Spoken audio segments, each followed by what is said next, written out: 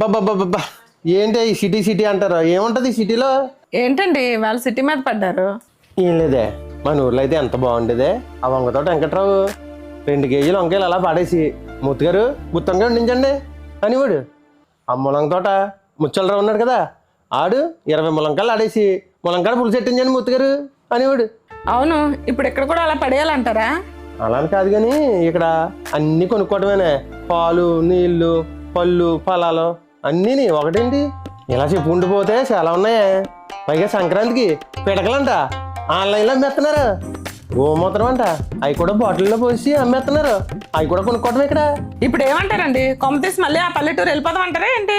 వెళ్ళిపోతేనే బాగుంటుంది. ఆ కల్మషం లేని మనుషులు, ఆ ఆప్యాయతలు, ప్రేమలు, ఆ పలకరింపులు, ఆ వాతావరణమే వేరే.